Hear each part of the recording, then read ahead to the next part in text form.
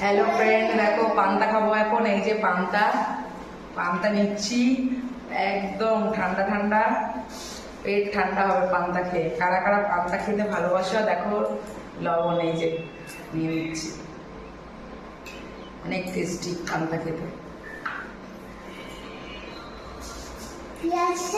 কারা ভালো খাওয়া, তার সাথে কি আছে জানো? এই দেখো ডিম ভাজা, আর তার সাথে আছে এই যে পেঁয়াজ, সরি, আর এই যে লঙ্কা, একদম জমে যাবে খাওয়া।